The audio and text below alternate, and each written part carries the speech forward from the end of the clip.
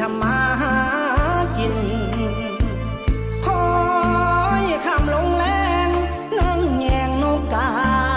โบยบินสายลมแผ่วพัดมาได้ยินไม่ไผ่สีกันสวรรค์บ้านนาความหูที่มีบุตรที่ก็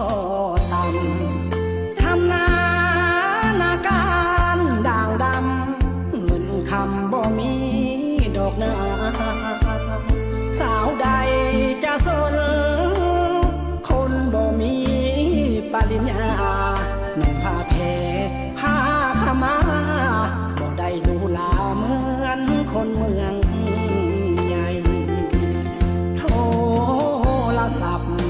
ต่อใส่รุ่น030เก่าๆอย่างหุ่นแต่เฮาก็แสนภูมิใจตามภาษาคนจนบ่มีรถใหญ่เรื่องไฟแสงสีเมืองศรีวิไล